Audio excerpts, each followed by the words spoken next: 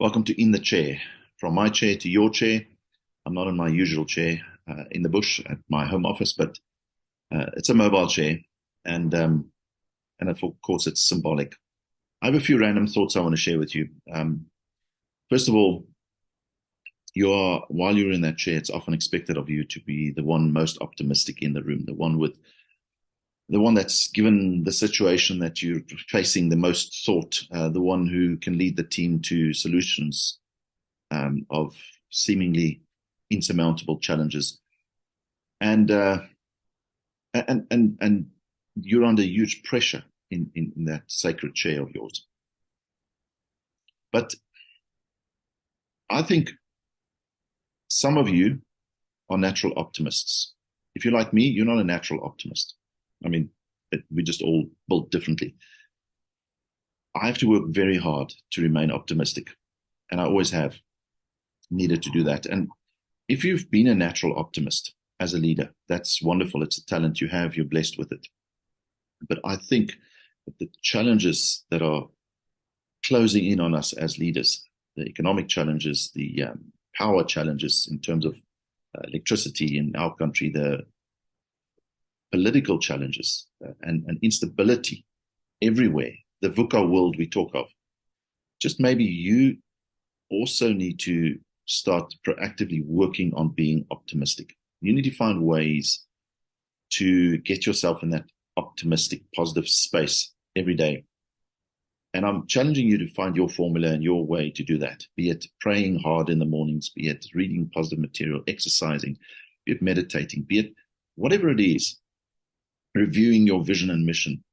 Find ways to remain positive and optimistic, because from that frame of mind, you can lead more effectively and see the solutions. That's the challenge of sitting in that chair. The other thing is, I want to remind you to not underestimate the pressure that your people are under and how they bottle up this pressure and come to work and try their best to wear a mask and to project themselves or position themselves as in control, and life is fine. But make no mistake, Gallup told us in polls they've done in research, the CEO of Gallup told us that recently that the world, that unhappiness has increased over the last decade. And I can quote a lot of statistics of how, collectively speaking, as a society, we are taking strain emotionally, but also economically and financially and politically. Your people are under huge pressure. All this macro pressure ultimately settles on the individual's shoulders. They have to bear that as they strive to put their kids through school and varsity and pay off debts and deal with the repercussions of COVID and emotionally try and absorb all these things. Please find ways to strengthen your people. They will actually draw on your energy and on your optimism as much as they can. And it's therefore incumbent upon you sitting in that sacred chair to work extra hard to be optimistic, to see the solutions. Now, I'm not the best at this. I really am not. I have to work so hard at it. I do think one must be realistic with your people and tell them how things really are, but then give them the hope of the possibilities as well. It's going to be extra difficult if you're not in that optimistic space. Now, as a small business owner, I find it exceptionally difficult to remain optimistic when our power grid is under pressure and we're about to go into winter and all the negativity is spreading. But despite me struggling with it, I'm thinking some of you may too. And I hope you can find ways of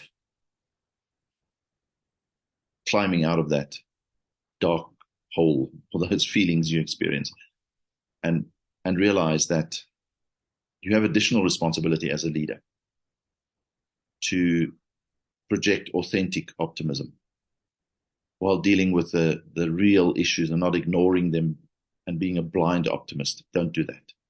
People can see through it. So all the best as you deal with your own emotions and try and sit in that chair and be as much of an example as you can be, but also as you help others when they sit in their chairs to do the best they can do. And I hope you have that energy and authentic optimism to spread it in your organization. All the best. Bye.